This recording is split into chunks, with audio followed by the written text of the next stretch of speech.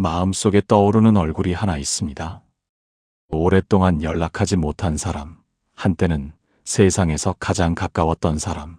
그런데 지금은 왜인지 마음이 잘 가지 않는 사람.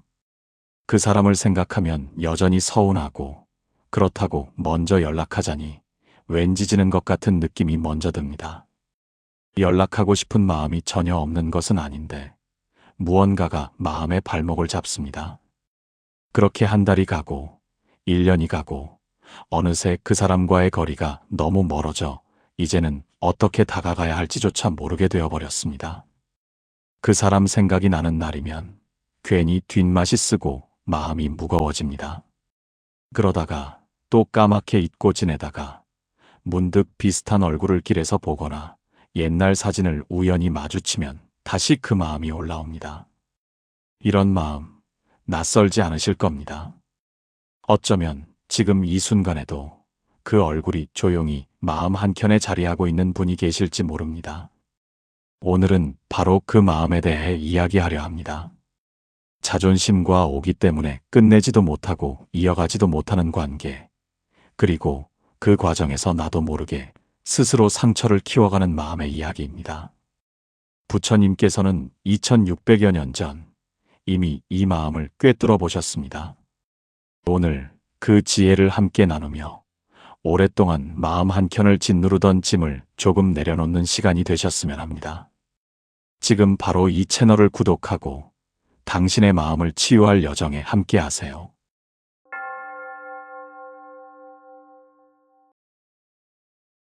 먼저 한 가지를 분명히 해두고 싶습니다. 절대 자존심이 나쁜 것은 아닙니다. 자존심은 본래 나는 소중한 사람이다 라는 느낌에서 출발합니다. 함부로 무시당하지 않겠다는 마음, 내 삶을 스스로 지키겠다는 의지, 이것은 건강하고 아름다운 마음입니다. 살아온 세월만큼 쌓인 경험과 지혜가 있기에 자신의 판단을 소중히 여기고 싶은 것은 당연한 마음입니다. 긴 세월 동안 많은 것을 참고 견디며 지금까지 살아오셨기에 내 안에 쌓인 것들을 함부로 내어주고 싶지 않은 것도 이해할 수 있는 마음입니다. 그런데 문제는 그 자존심이 어느 순간부터 방패가 아닌 벽이 될 때입니다. 방패는 나를 지키기 위한 것입니다. 위협이 오면 막아내고 위협이 사라지면 내려놓을 수 있는 것, 그것이 방패입니다. 하지만 벽은 다릅니다. 벽은 나를 가두어 버립니다. 외부의 위협을 막아낸다고 생각하지만 동시에 따뜻한 것도, 좋은 것도, 새로운 인연도 들어오지 못하게 막아버립니다. 나를 지키려던 마음이 어느새 나를 고립시키는 감옥으로 변해가는 것입니다. 관계에서 자존심이 벽이 될 때 이런 마음이 들기 시작합니다. 내가 먼저 연락하면 지는 것 같다. 내가 사과하면 내 잘못을 인정하는 셈이다. 그 사람이 먼저 와야지 내가 왜 다가가야 하는지 모르겠다. 이 마음 속에는 공통점이 있습니다. 관계를 이기고 지는 게임으로 보기 시작했다는 것입니다. 사람과 사람의 만남은 승패를 겨루는 자리가 아닙니다. 그런데 자존심이 벽이 되는 순간 우리는 사람을 만나는 것이 아니라 상대와 경쟁하기 시작합니다. 그리고 그 경쟁은 결코 끝나지 않습니다. 왜냐하면 처음부터 이길 수 없는 싸움이기 때문입니다. 관계에서 이기는 사람은 없습니다. 이긴 것처럼 보이는 사람도 결국은 외로움이라는 더 큰 것을 지고 있습니다. 그리고 그 외로움은 조용히, 천천히 찾아옵니다. 어느 날 문득 전화할 사람이 없다는 것을 깨달을 때 그 빈자리는 자존심이 채워주지 않습니다. 자존심을 지킨 것이 남아있지만 사람이 남아있지 않은 그 순간 우리는 비로소 무엇을 잃었는지 알게 됩니다. 어느 날 한 스님이 스승을 찾아와 이렇게 여쭈었습니다. 저는 제 자존심 때문에 많은 관계를 잃었습니다. 어떻게 하면 자존심을 버릴 수 있겠습니까? 스승은 잠시 눈을 감고 있다가 조용히 말했습니다. 자존심을 버리려 하지 말라. 다만 그것이 지금 너를 위한 것인지 아니면 너를 가두는 것인지를 살펴보아라. 스님은 그 말에 한참 동안 말을 잇지 못했습니다.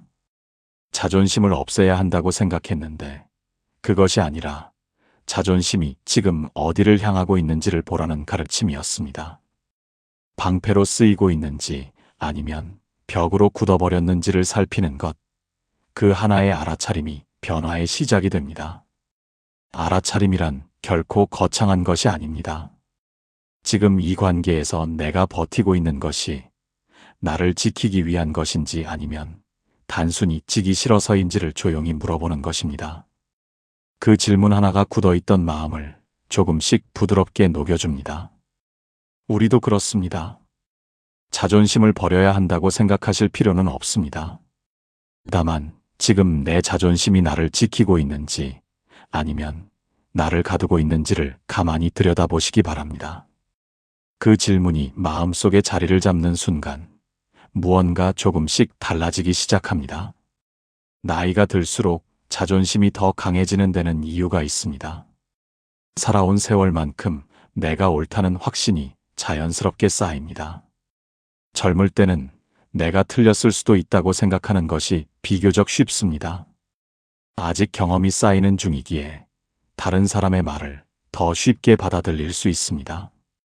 하지만 긴 시간을 살아온 분들은 경험이 쌓인 만큼 자신의 판단에 대한 확신도 깊어집니다. 그것 자체는 자연스러운 일입니다. 다만 그 확신이 내가 먼저 굽히면 평생이 무너지는 것 같다는 두려움과 만날 때 자존심은 벽으로 굳어버리기 시작합니다. 거기에 어른으로서의 체면과 위신도 더해집니다. 오랜 시간 쌓아온 삶의 무게가 있기에 먼저 손을 내밀기가 더 어렵게 느껴지는 것은 당연한 것입니다. 그리고 참는 것이 미덕이라고 배워온 시절을 살아오셨습니다. 참고 기다리는 것이 어른의 도리라고, 오래 참을수록 깊은 사람이라고 배워온 세대입니다. 그런데 참다 보면 어느 순간 참는 것과 버티는 것이 구분이 안 될 때가 옵니다. 기다리는 것이 지혜인지 아니면 움직이지 않는 것을 이기는 것이라 착각하고 있는지 그 경계가 흐릿해지기 시작합니다. 이것은 의지가 약해서도 마음이 좁아서도 아닙니다. 살아온 방식이 그렇게 굳어진 것이기에 그것 자체를 탓할 필요는 없습니다. 다만 그 방식이 지금 나에게 어떻게 작동하고 있는지를 한번 살펴보는 것, 그것이 오늘 이 시간이 드리고자 하는 초대입니다.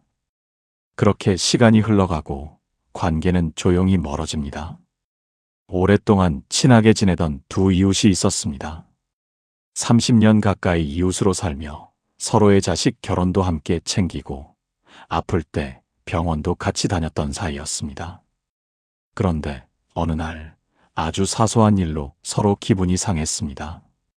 밥값을 두고 조금 어색한 순간이 있었고 서로 눈치를 보다가 어색하게 헤어졌습니다. 그 뒤로 한 달이 지나고 두 달이 지났습니다. 한 사람은 속으로 생각했습니다. 내가 왜 먼저 연락해야 하지? 그 사람이 먼저 잘못했잖아. 그렇게 1년이 흘렀고 2년이 흘렀습니다. 이제는 연락하기가 더 어색해졌습니다.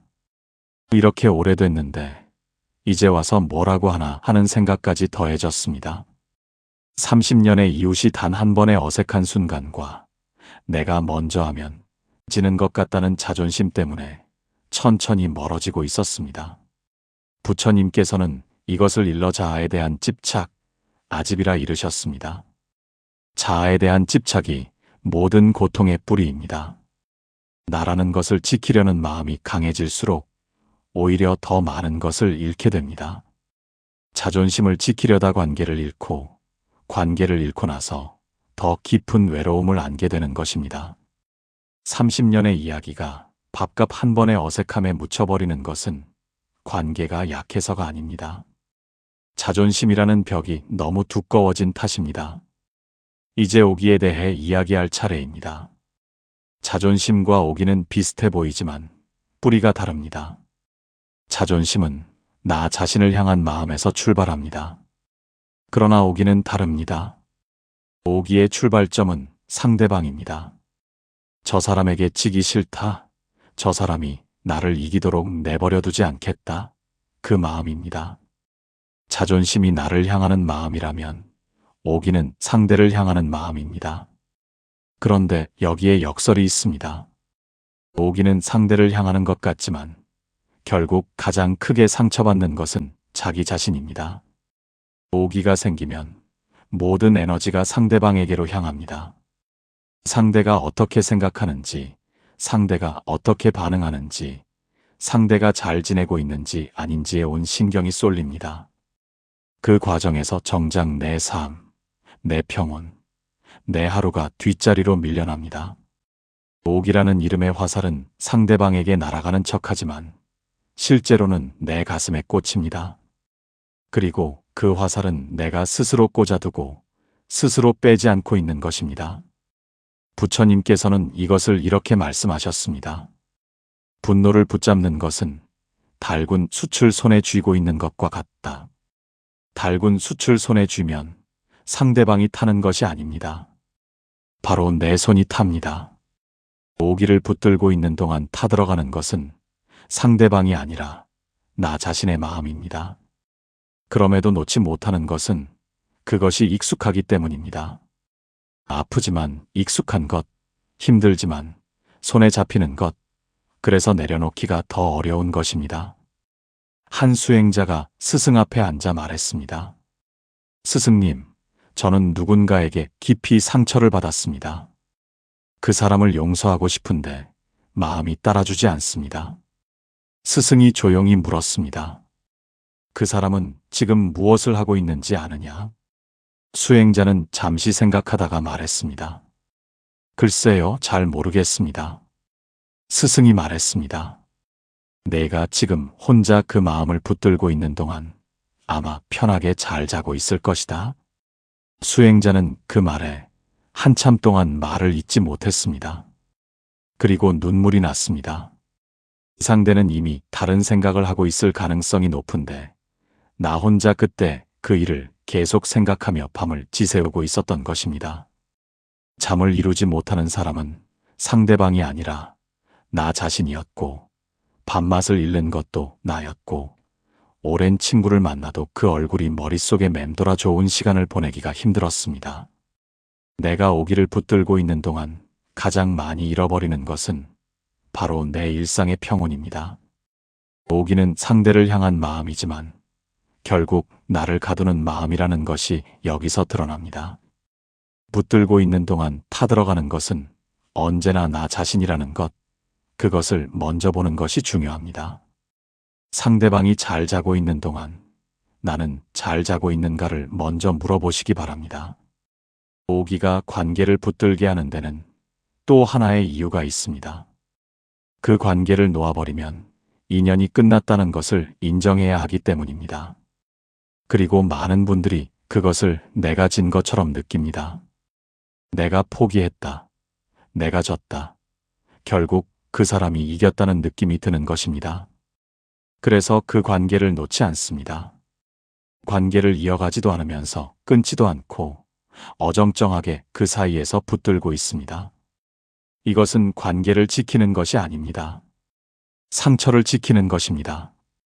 그 상처를 놓지 않는 한 그 관계는 내 마음속에서 아직 끝나지 않은 것처럼 느껴집니다.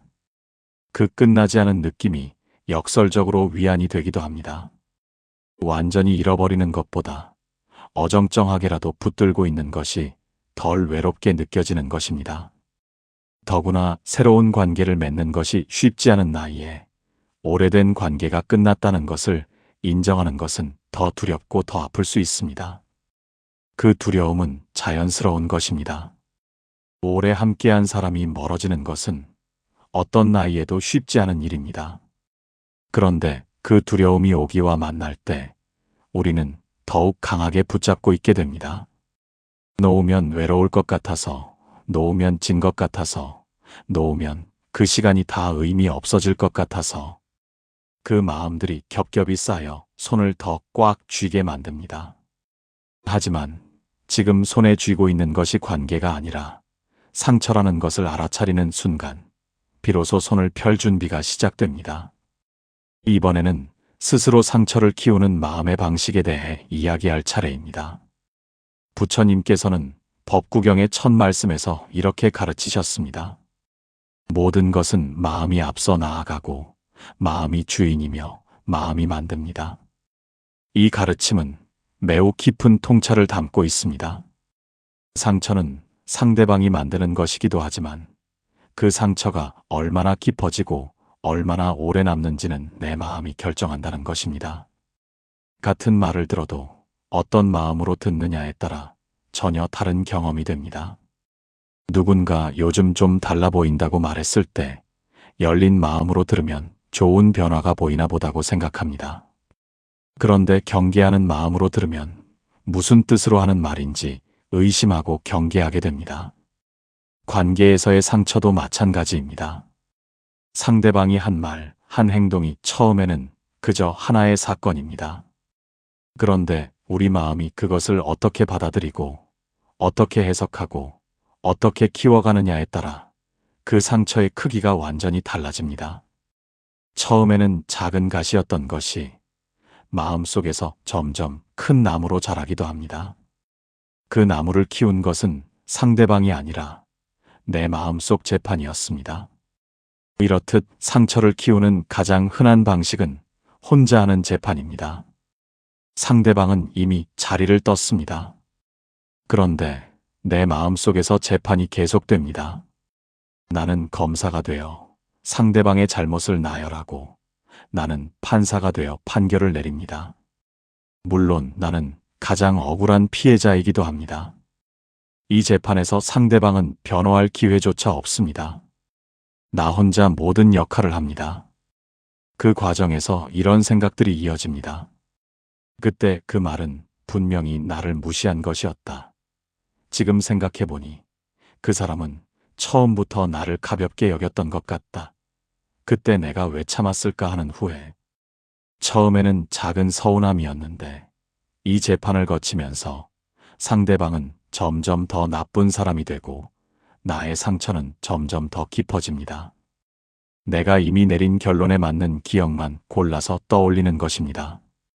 좋았던 기억은 흐려지고 서운했던 기억은 더 선명해집니다. 그리고 이것이 반복될수록 관계는 돌아올 수 없는 지점으로 조용히 멀어집니다. 마음속에서 이미 그 사람을 떠나보낸 것입니다. 미국의 심리학자 수잔 노렌 훅세마 박사는 수십 년간 이 반추의 습관을 연구했습니다. 부정적인 감정을 반복해서 되새기는 사람일수록 우울감이 더 오래, 더 깊게 지속된다는 것이 연구 결과였습니다. 이 습관은 문제를 해결하는 것처럼 보이지만 실제로는 상처를 치유하는 것이 아니라 오히려 상처를 더 깊게 파고들게 만든다는 것입니다. 흥미로운 것은 반추를 많이 하는 사람들이 스스로를 가리켜 깊이 생각하는 사람이라고 여기는 경우가 많다는 점입니다. 곱씹고 또 곱씹으면 언젠가는 답이 나올 것 같은 느낌이 드는 것입니다. 하지만 연구는 반대를 말하고 있습니다.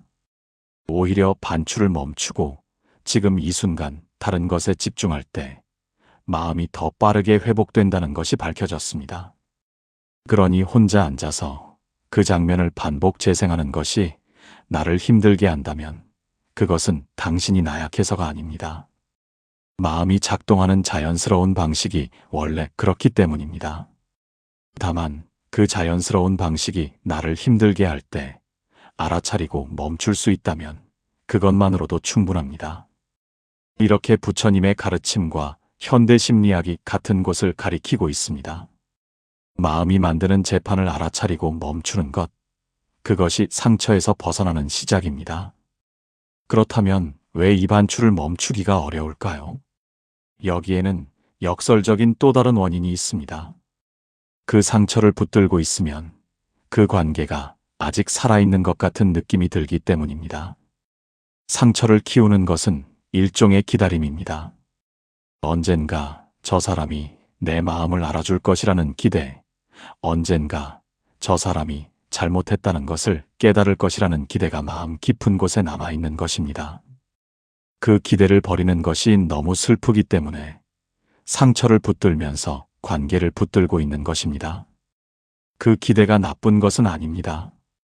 그 기대는 그 관계를 소중히 여겼다는 증거이기도 하니까요. 소중하지 않은 관계에서는 그런 기대조차 생기지 않습니다.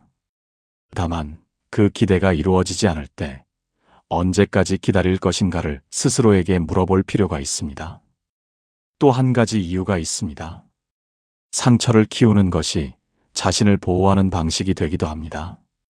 저 사람은 나쁜 사람이라고 생각하면 내가 더 이상 그 사람에게 마음을 열지 않아도 됩니다. 내가 먼저 닫아버리면 더 이상 상처받지 않을 것 같은 느낌이 드는 것입니다. 그것이 일종의 방어막이 됩니다. 그 방어막을 내려놓으면 또다시 상처받을 것 같은 두려움, 이것이 우리를 붙들어 두는 것입니다. 이 마음을 탓하지 않으셔도 됩니다. 이것은 살아있기 때문에 생겨나는 당연한 마음입니다.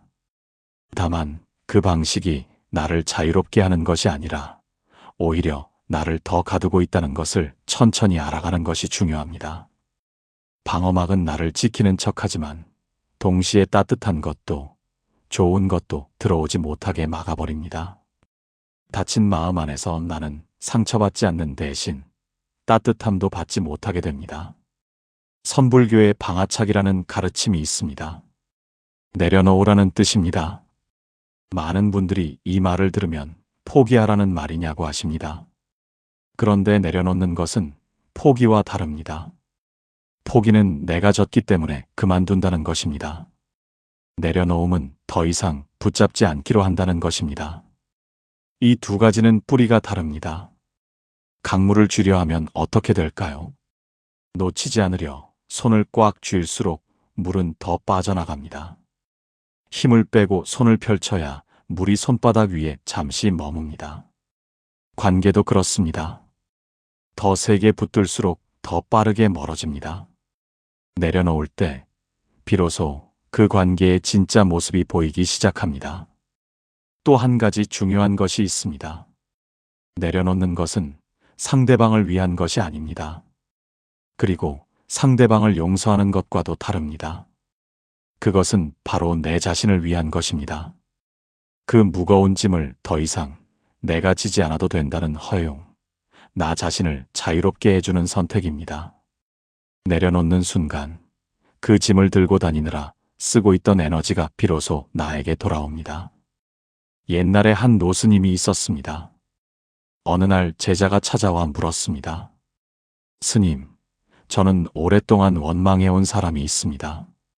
그 마음을 놓고 싶은데 어떻게 해야 합니까? 스님은 잠시 말이 없다가 방 안에 있는 무거운 돌 하나를 들어 제자에게 건네었습니다. 이것을 들고 있어 보거라. 제자는 그 돌을 받아들었습니다. 처음에는 괜찮았습니다. 그런데 시간이 지날수록 팔이 떨렸습니다. 스님이 말했습니다. 이제 그만 돌을 내려놓아라. 제자가 돌을 내려놓자 스님이 조용히 말했습니다. 원망하는 마음이 그와 같다.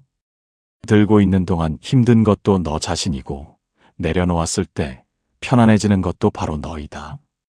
제자는 그날 이후 그 말을 평생 마음에 품었다고 합니다. 내려놓음이란 상대를 놓아주는 것이 아닙니다. 나 자신이 그 무게에서 벗어나는 일입니다. 돌을 내려놓았을 때 손이 편안해지듯 원망을 내려놓으면 마음이 편안해집니다. 그것은 패배가 아니라 오랫동안 들고 있던 짐을 마침내 내려놓는 일입니다. 부처님께서는 인연에 대해 이렇게 가르치셨습니다. 모든 것은 조건이 맞을 때 생겨나고 조건이 다하면 사라지는 것이다. 꽃을 생각해 보세요. 봄에 피어나는 꽃은 인연이 맞을 때 피어납니다. 햇볕이 있고 비가 내리고 땅이 준비되었을 때 꽃은 피어납니다. 그리고 때가 되면 집니다. 그 꽃이 졌다고 해서 그 아름다움이 거짓이 되는 것은 아닙니다. 피었던 것 자체가 진짜였습니다. 지는 것도 자연스러운 일입니다. 끝난 인연을 붙드는 것은 진 꽃을 억지로 다시 피우려 하는 것과 비슷합니다. 그것은 꽃에게도 나에게도 힘든 일입니다. 오히려 그 자리를 조용히 비워두면 그 자리에서 새로운 인연이 피어날 수 있습니다. 오랜 관계가 멀어진 것은 당연히 슬픈 일입니다. 하지만 그것이 그 관계가 아름답지 않았다는 뜻은 아닙니다. 우리가 함께했던 시간은 진짜였습니다. 그때 나눈 웃음, 내게 주었던 위로, 그 따뜻했던 순간들은 사라지지 않습니다. 기억 속에 살아있는 그 시간들은 누가 빼앗아 갈 수 없으니까요. 다만 지금 이 시간, 그 인연의 모양이 달라졌을 뿐입니다. 인연의 모양이 달라졌다는 것이 그 인연이 틀렸다는 뜻은 아닙니다. 만남에는 만날 때가 있고 헤어짐에도 헤어질 때가 있습니다. 그것을 받아들이는 것이 인연을 존중하는 일입니다. 법구경에서는 이렇게 이릅니다. 모든 것은 덧없습니다. 집착하지 않을 때 비로소 슬픔에서 벗어납니다. 덧없음을 안다는 것은 슬픈 일이 아닙니다. 덧없기 때문에 소중하고 덧없기 때문에 지금 이 순간이 더 귀한 것입니다. 그리고 지금 내 곁에 있는 사람들이 더 선명하게 보이기 시작합니다. 이제 마지막으로 이야기하고 싶은 것이 있습니다. 부처님의 가르침에서 자비는 언제나 중심에 있습니다. 자비는 상대가 행복하기를 바라는 마음, 상대의 고통이 사라지기를 바라는 마음입니다. 그런데 많은 분들이 자비를 이야기할 때 항상 다른 사람을 향한 것으로만 생각하십니다. 나보다 어려운 사람을 돕는 것, 다투었던 사람을 용서하는 것. 물론 그것도 자비입니다. 하지만 자비는 나 자신에게도 향해야 합니다. 상처받은 나에게, 오랫동안 자존심을 붙들고 버텨온 나에게, 놓지 못해서 오래 힘들었던 나에게 먼저 따뜻한 마음을 내어야 합니다. 그것이 자기자비입니다. 자기자비는 자기 자신을 합리화하거나 나쁜 것을 모른 척하는 것이 아닙니다. 내가 힘들었다는 것을 인정하고, 내가 애썼다는 것을 알아주고, 그리고 이제는 좀 더 가볍게 살아도 된다는 허락을 스스로에게 내어주는 것입니다. 나는 충분히 잘 살아왔습니다. 그 마음이 힘든 것은 내가 그 관계를 소중히 여겼다는 증거입니다. 소중했기 때문에 아팠던 것입니다. 소중하지 않았다면 이렇게 오래 마음에 남아있지도 않았을 것입니다. 그 아픔이 그 관계의 깊이를 말해줍니다. 이제 이 짐을 내려놓을 자격이 충분히 있습니다. 이 마음이 자리를 잡을 때 비로소 다른 사람에 대한 진정한 자비도 흘러나옵니다. 나 자신을 먼저 부드럽게 대할 수 있을 때 다른 사람에게도 더 부드러워질 수 있습니다. 어느 마을에 평생 이웃과 다투며 살던 노인이 있었습니다. 그 노인은 나이 80이 넘어 병상에 누워서야 자신이 얼마나 많은 시간을 원망 속에서 보냈는지 깨달았습니다. 그리고 가족에게 이런 말을 남겼습니다. 내가 사람들을 용서하지 못한 것이 아니었다. 바로 나 자신을 용서하지 못하고 있었구나. 그 말을 들은 가족들은 오래도록 말을 잇지 못했습니다. 자존심과 오기를 놓지 못했던 것의 뿌리에는 어쩌면 나 자신에 대한 서운함, 나 자신에 대한 미안함이 숨어 있을 수 있습니다. 내가 그때 다르게 말했더라면, 내가 그때 더 잘 표현했더라면 하는 마음이 자존심이라는 이름 뒤에 숨어 있었던 것입니다. 나 자신을 먼저 부드럽게 안아줄 때 그 자존심의 벽도 조금씩 부드러워집니다. 그 노인처럼 병상에 누워서야 깨닫는 것이 아니라 지금 이 자리에서 먼저 그 마음을 들여다보시기 바랍니다. 지금도 늦지 않았습니다. 오늘 이 말씀을 들으시며 마음속에 떠오른 얼굴이 있으신가요? 그 얼굴에게 마음속으로 조용히 한마디 건네보시기 바랍니다. 소리내지 않아도 됩니다. 연락하지 않아도 됩니다. 단지 마음속으로 그동안 소중했다는 말, 나도 완벽하지 않았다는 말, 이제 나도 내려놓아도 된다는 말을 조용히 건네보시기 바랍니다. 이 한마디는 상대방에게 닿지 않아도 괜찮습니다. 이 한마디는 사실 나 자신에게 하는 말이기 때문입니다. 나 자신에게 자유를 주는 말, 나 자신에게 평화를 허락하는 말입니다. 부처님께서는 이렇게 이르셨습니다. 자신을 사랑하는 사람은 남을 해치지 않는다. 그리고 그 사랑은 가장 먼저 자기 자신을 자유롭게 한다. 자존심을 내려놓는 것은 지는 것이 아닙니다. 오기를 놓아버리는 것은 포기가 아닙니다. 그것은 오랫동안 무거웠던 마음에서 비로소 걸어나오는 일입니다. 그 한 걸음이 오늘 이 자리에서 시작되기를 진심으로 바랍니다.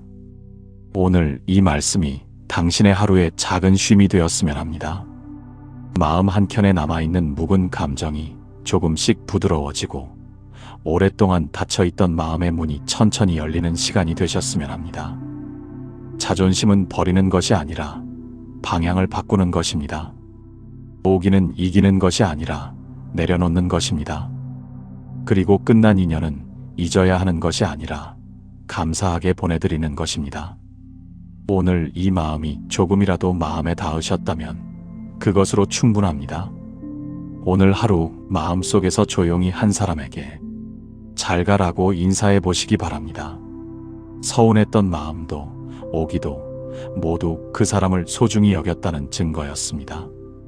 그 마음을 인정해 주시고 이제는 조금 더 가벼운 발걸음으로 오늘을 걸어가시기를 바랍니다. 이 평안의 말씀이 마음에 닿으셨다면 주변의 소중한 분들과 함께 나누어 주시기 바랍니다. 오늘 이야기가 당신의 마음에 조금이라도 쉬어가는 자리가 되었다면 구독과 좋아요 부탁드립니다. 이 평안의 메시지가 더 많은 분들에게 전해질 것입니다. 지금까지 편안한 하루 TV였습니다.